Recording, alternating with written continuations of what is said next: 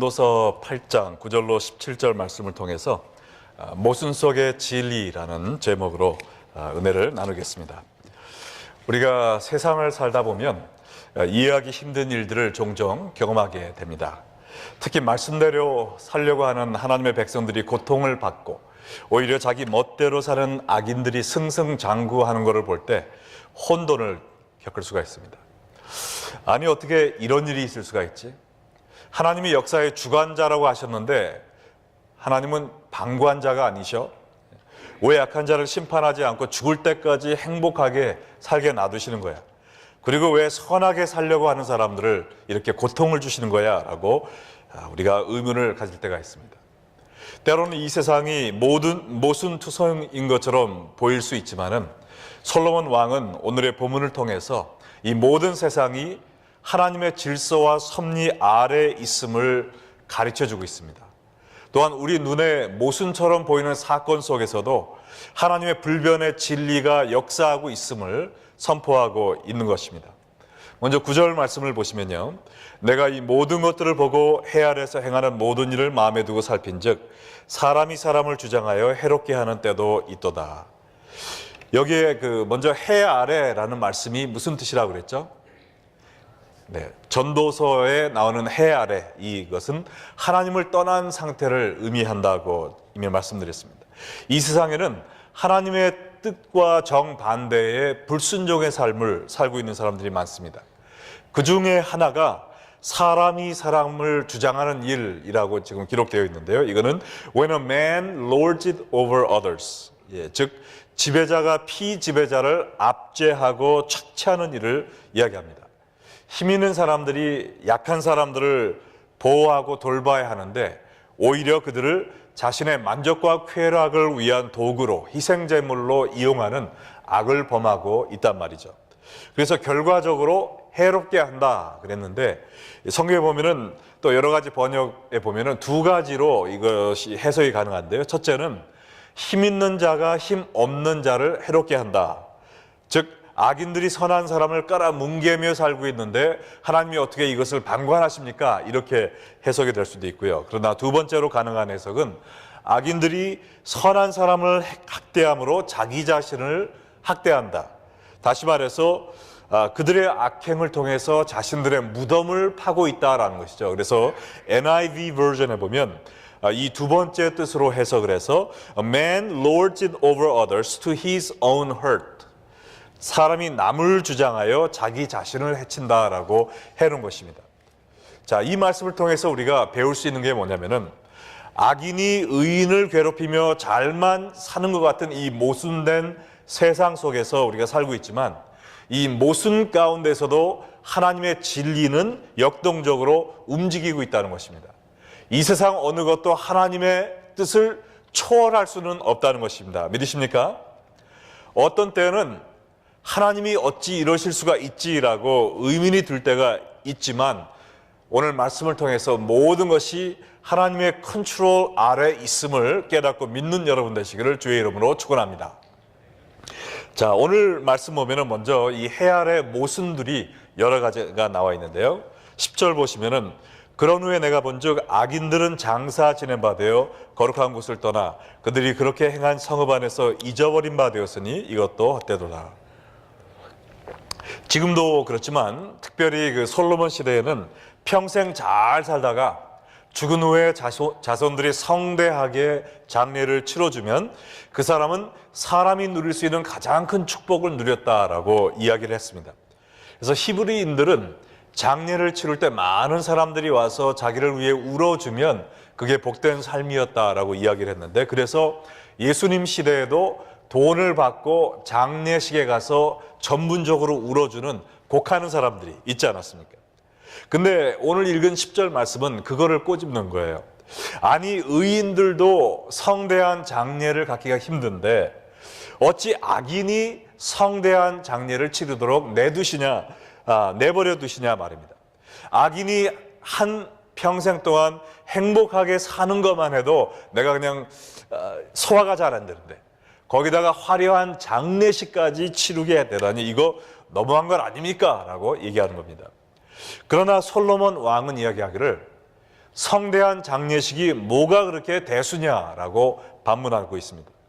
복된 죽음은 얼마나 큰 장례를 치렀느냐가 아니라 죽은 후에 내 영혼이 어디에 가느냐가 더 중요한 것임을 믿으십니까? 아무리 큰 장례를 치렀다 할지라도 이 세상에서는 잊혀지고 말 인생들인 것입니다. 큰 장례식도 다 헛된 것이라는 것이죠. 그러나 오직 하나님을 믿고 영원한 천국에 들어가는 자가 참으로 복된 죽음을 맞이하는 자임을 믿으시기 바랍니다. 11절에 또 하나의 모순을 나열하고 있는데요.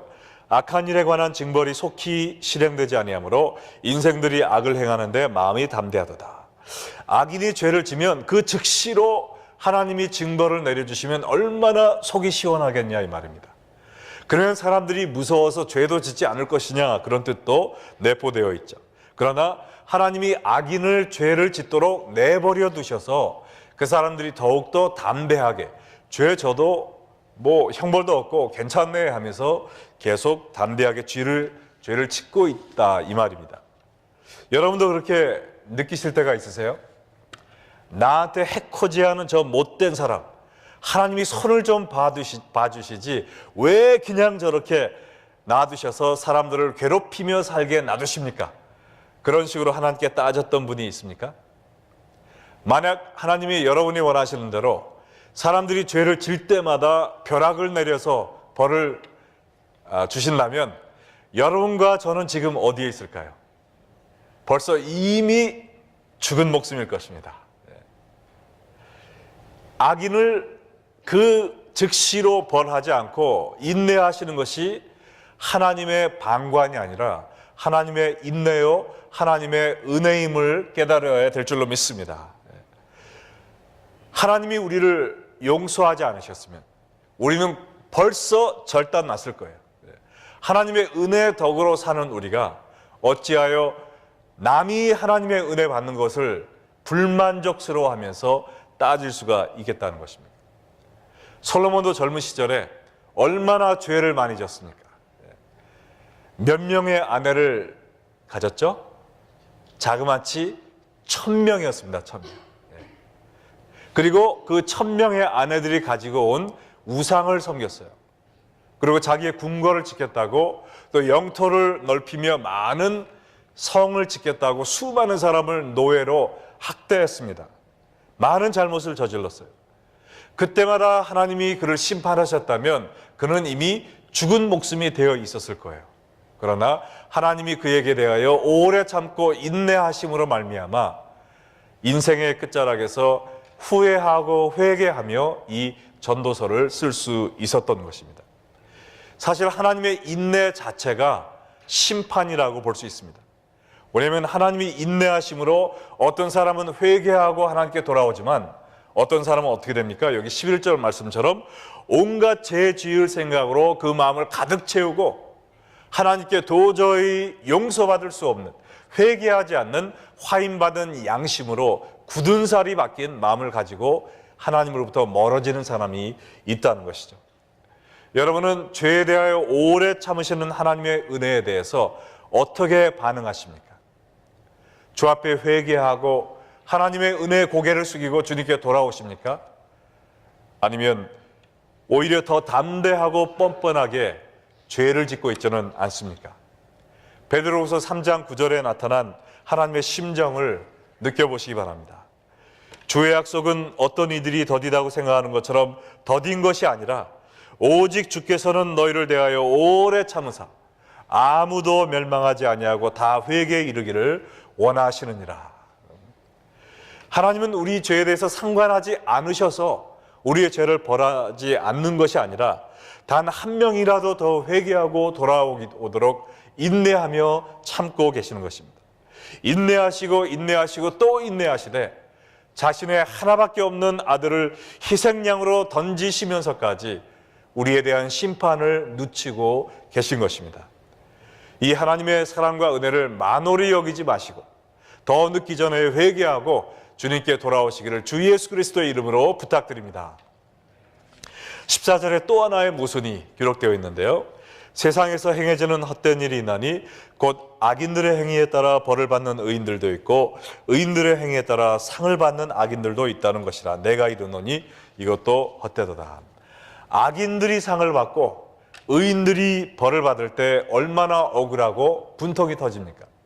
한국에서 멀쩡한 사람이 성추행자로 누명을 뒤집어 써서 낙심한 나머지 자살한 사건도 얼마 전에 있지 않았었어요? 그러나 우리는 억울한 일을 당할 때마다 아직 심판의 때가 이르지 않았음을 기억해야 될 줄로 믿습니다. 이 세상이 아무리 모순투성이라 하도 하나님은 하나님의 때, 하나님의 뜻을 이루실 것을 믿으십니까? 요지경 같은 이 세상이 아무리 몸부림쳐도 하나님의 진리를 덮을 수는 없습니다. 공의로운 하나님을 믿는 자들에게는 하나님의 진리가 반드시 임할 것을 믿습니다. 자, 그래서 솔로몬 왕은 12절과 13절에 하나님의 진리를 명확히 선포하고 있는데요. 이렇게 얘기를 합니다. 죄인은 100번이나 악을 행하고도 장수하거니와 또한 내가 아노니 하나님을 경외하며 그를 경외하는 자들은 잘 될 것이요 악인은 잘 되지 못하며 장수하지 못하고 그날이 그림자와 같으리니 이는 하나님을 경외하지 아니함이라.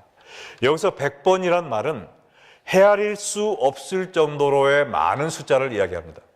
수없이 죄를 짓는 악인들이 장수하는 것을 같이 보이지만 결국에는 하나님을 경외하는 자들이 참된 축복을 누릴 것이란 말입니다. 여러분, 참된 장수가 무엇일까요? 요새 100세 세대라고 하나요? 100세 시대. 100세 시대 맞죠? 네, 맞죠? 네. 자, 그래서 100세 시대라고 하는데 몇 살까지 살면 장수하는 거죠? 90살 살면 장수입니까? 아니면 100세 넘겨야 장수입니까? 자, 여러분, 참된 장수라는요, 그것은 뭐냐면은 제가 믿기는 이 땅에서 오래 사는 게 장수가 아니라 이 땅에서 하나님을 믿고 살다가 죽은 후에 다시 부활하여 천국에서 영원히 사는 것, 그게 진정한 의미의 장수인 줄로 믿습니다. 이 세상에서 90년, 100년 사는 거 무슨 의미가 있습니까? 그렇죠? 이 세상의 악인들이 아무리 장수한다 해도 하나님을 믿는 의인, 우리의 의가 아니라 예수 그리스도의 의로 덧입힘 받은 의인들에 비해서 더 길게 사는 사람은 단 한 명도 없습니다. 할렐루야. 그래서 12절에 보면 뭐라고 그랬어요? 악인은 장수하거니와. 근데 또 13절에는 뭐라고 그랬어요? 악인은 장수하지 못하고, 이렇게 얘기한 것입니다. 악인이 겪는 장수, 악인이 누리는 부귀영화, 악인이 누리는 축복, 이 모든 것이 뭐와 같다고요? 그림자와 같다는 것입니다. 그림자는 뭐예요? 내가 손에 잡은 것 같은데 손을 펴보면 아무것도 없어요. 사탄의 거짓말에 속은 것이라는 것이죠. 허상이라는 것이죠. 잠시 잡은 듯 했는데 벌써 사라졌다는 것이죠. 우리의 인생은 눈 깜빡할 사이에 사라지는 것입니다. 그러므로 이 땅에 있는 것을 위하여 살아가는 것은 어리석은 짓이라는 것이죠. 영원한 장수, 영원한 부귀영화, 영원한 영광인 하늘나라를 위해 사는 것이 진실로 복받은 사람, 또 지혜로운 자인 줄을 믿으시기 바랍니다. 하나님이 이사야 선지자를 통해서 무엇이라고 약속하셨습니까? 우리 함께 한번 읽어볼까요? 3장 10절과 11절 시작. 너희는 의인에게 복이 있으리라 말하라. 그들은 그들의 행위의 열매를 먹을 것이며 악인에게는 화가 있으리니 이는 그의 손으로 행한 대로 그가 보응을 받을 것임이라. 이것이 하나님의 진리의 말씀입니다. 하나님을 믿고 그리스도의 의로 덧입힘 받은 사람은 영원한 복을 받을 것이지만 하나님을 무시하고 죄의 욕심에 따라 행하는 사람들은 영원한 심판을 받는 화를 당하게 될 것이라는 것입니다. 그러므로 악인을, 이 세상의 복을 받는 악인을 부러워할 이유가 없다는 것이죠. 자, 그러면 이러한 진리를 깨달은 우리는 어떻게 살아야 될까요? 오늘 말씀 15절에 보니까 이에 내가 희락을 찬양하노니 이는 사람이 먹고 마시고 즐거워하는 것보다 더 나은 것이 해 아래는 없습니다. 하나님이 사람을 해 아래에서 살게 하시는 날 동안 수고하는 일 중에 그러한 일이 그와 함께 있을 것이냐. 이 말씀은 항상 기뻐하라라는 것입니다. 모순 가운데서도 하나님의 진리가 역사하고 있기 때문에 항상 기쁨을 잃지 말라는 거예요. 아무리 말도 안 되는 일들이 뻥뻥 터져도 이 모순 덩어리 속에서도 역사하시는 하나님의 진리가 하나님의 때에 드러날 것을 믿고 항상 기뻐하라는 것입니다. 여러분은 이 기쁨을 누리며 살고 계십니까? 아니면 이 세상의 모순된 일들로 인하여 이 기쁨을 빼앗긴 분이 계시지는 않은지요? 내가 지금 비록 아프고 힘들다 해도 하나님께서 우리의 기쁨을 회복해 주시는 일이 있을 것임을 믿고 그 믿음 가운데 기쁨을 잃지 않고 사는 여러분 되시기를 주의 이름으로 축원합니다. 16절에 또 성도는 어떻게 살아야 되는가? 걱정하지 말라는 것입니다. 내가 마음을 다하여 지혜를 알고자 하며 세상에서 행하는 일을 보았는데 밤낮으로 자지 못하는 이도 있더라. 이 세상의 모순된 모습을 보면서 속 태우며 밤을 지새우지 말라는 것입니다. 온 세상을 창조하고 주관하시는 하나님이 계신데 왜 걱정하냐는 것이죠. 걱정할 시간이 있으면 그 염려를 기도로 바꾸라는 것입니다. 그것이 가장 지혜로운 일이에요. 그때 참된 기쁨이 몰려오는 것입니다. 우리가 지난 주일날 구역장 훈련 마지막 2017년에 구역장 모임을 하고 있는데 각 구역에서 보고하면서 어떤 구역장님이 이렇게 우리 구역에서는요 이거를 기도했는데 이것도 응답해 주시고요 저것도 응답해 주시고요 이것도 응답해 주시고요 기도하는 것보다 다 응답해 주셔서 너무나 기쁨과 감사가 넘칩니다 라고 간증하는 분이 있었어요. 만약에 그것을 기도의 제목으로 삼지 않고 집안에 있는 여러 가지 걱정과 근심을 나 혼자 끙끙 머리 싸매고 들어 누워서 걱정만 하고 있었다면 얼마나 불행한 삶이 되었겠어요. 그러나 그것을 기도로 승화시켰을 때 하나님이 역사하신다는 말입니다. 그러므로 이 세상을 주관하는 하나님을 믿고 걱정하지 말고 주님께 아뢰므로 말미암아 주님이 주시는 참된 평안을 누리라는 것이죠. 자, 그래서 지금 우리 교회 중보기도 사역이 진행되고 있습니다. 우리 중보기도 사역자 카톡방에 몇 명이 있나 거기에 제가 쉬어보지는 않았지만 번호가 딱 나오잖아요. 몇 명 있다고. 보니까 몇 명인지 아세요? 지금 61명이 있어요. 누구든지 기도 제목이 뜨기만 하면 61명이 달라붙어서 기도에 씨름을 합니다. 하나님이 그 기도를 들어주시겠어요? 안 들어주시겠어요? 기도할 수 있는데 걱정할 필요가 없다는 것이죠. 하나님께 맡기면 됩니다. 염려하는 동안에는 하나님이 기도를 응답해 주시지 않으세요. 믿음이 없는 기도는 응답을 받지 못합니다. 그러나 우리의 염려를 기도로 승화시킬 때 하나님이 역사하시고 우리는 하나님이 주시는 참된 기쁨을 경험할 수 있음을 믿으시기 바랍니다. 자, 또 17절 마지막 절에 보면은요. 또 내가 하나님의 모든 행사를 살펴보니 해 아래서 행하여지는 일을 사람이 능히 알아낼 수 없도다. 사람이 아무리 애써 알아보려고 할지라도 능히 알지 못하나니 비록 지혜자가 아노라 할지라도 능히 알아내지 못하리로다. 이 말씀은 하나님께 다 맡겨버리라는 것입니다. 우리 인간은 단 1분 후에 일어날 일도 알지 못해요. 이러한 연약한 존재들이지만 우리 하나님은 우리의 과거와 현재뿐만 아니라 우리의 미래도 지금 바라보고 있는 분이십니다. 여러분 믿으세요? 여러분 퍼레이드를 보면은요, 그 퍼레이드를 어디서 보느냐에 따라서 관점이 아주 달라집니다. 내가 미시건 길에 딱 서가지고 무슨 축하 퍼레이드를 봐요. 그러면은 나는 뭐만 보입니까? 지금 내 눈앞에 지나가는 사람밖에 보이지 않아요. 저 길 돌아서 누가 올지, 저 사람이 어디로 갔는지 알지 못합니다. 내 눈앞에 보이는 현재 그 사람밖에 보지 못해요. 그러나 헬리콥터를 타고 위에서 보면은 어떻게 보입니까? 내 앞에 있는 사람뿐만 아니라 저 앞에 있는 사람, 그리고 저 뒤에 있는 사람, 누가 어디서 어떻게 돌아올지 한눈에 다 볼 수 있어요.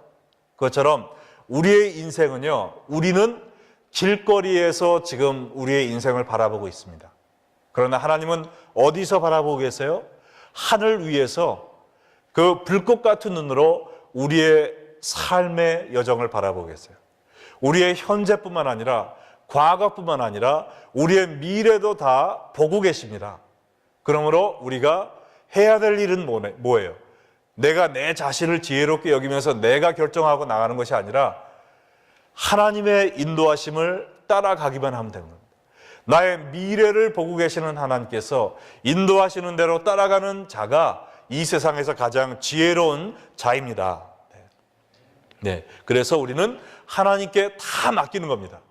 여러분의 건강도 하나님께 맡겨버리는 거예요. 내가 걱정할 필요가 없습니다. 걱정하는 그 순간에 우리는 지는 겁니다. 그 걱정이 올 때마다 기도로 바꾸는 거예요.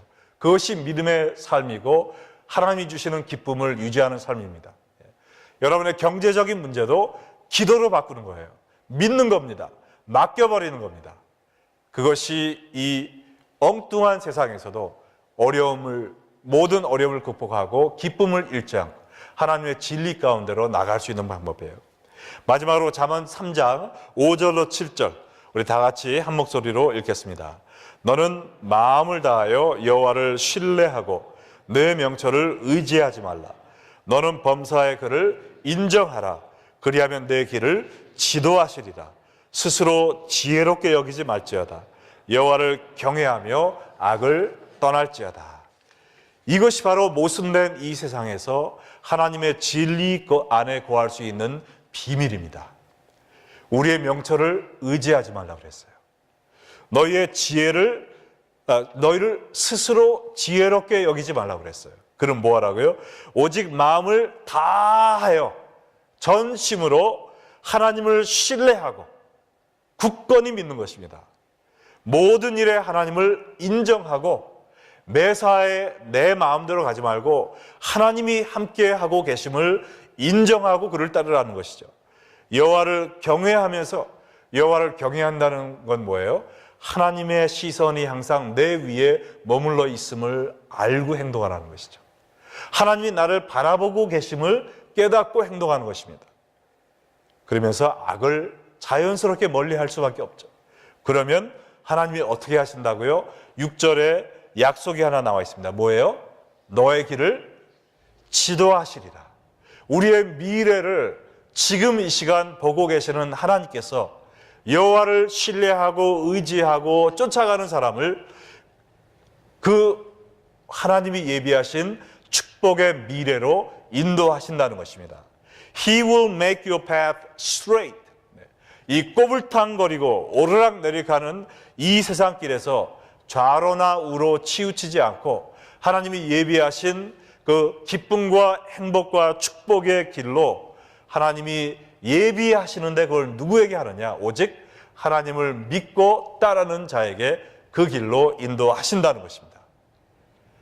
여러분 지금 하나님이 예비하신 축복의 삶을 누리고 계십니까? 예수님은 인자가 온 곳은 양으로 생명을 얻고 풍성히 얻게 하려 함이라고 그랬는데 여러분 그 풍성한 하나님이 주시는 또 예수님이 주시는 생명의 삶을 누리고 계십니까? 아니면 이 세상 사람처럼 여기에 처이고 저기에 처이고 이 걱정 저 걱정 하면서 참새처럼 살지 않으세요? 독수리는 쫙 날아가지고 걸리는 게 없습니다. 믿음의 날개로 쫙 창공을 날아가죠. 참새는 왜 이렇게 걸리는 게 많은지 전깃줄에 걸리고 빨랫줄에 걸리고 또 요새는 드론에 하여튼 뭐 지붕에 걸리고 왜 이렇게 걸리는 게 많아요? 왜 이렇게 나를 괴롭히는 사람이 많아요? 그런 게 아니고요. 내가 믿음이 약해서 그래요. 내가 믿음을 쫙 날개를 치고 쫙 올라가면 걸리는 게 없습니다. 믿음의 삶을 사는 거예요. 여러분 이 못된 삶을 타령하지 마시기 바랍니다. 아직 하나님의 심판의 날이 오지 않았습니다. 하나님이 완전히 다스리시는 그 새 하늘과 새 땅이 오지 않았습니다. 아직도 이 세상은 공중권세 잡은 자가 우리를 괴롭히고 있는 세상이에요. 여러 가지 빨랫줄 다 걸어놨어요. 그거를 한탄하지 마시고 믿음의 날개를 퍼떡이면서 하늘 높이 하나님을 향해 올라가 믿음의 눈으로 이 세상을 보며 승리하며 하나님의 진리 가운데 거하는 여러분 되시기를 주의 이름으로 축원합니다.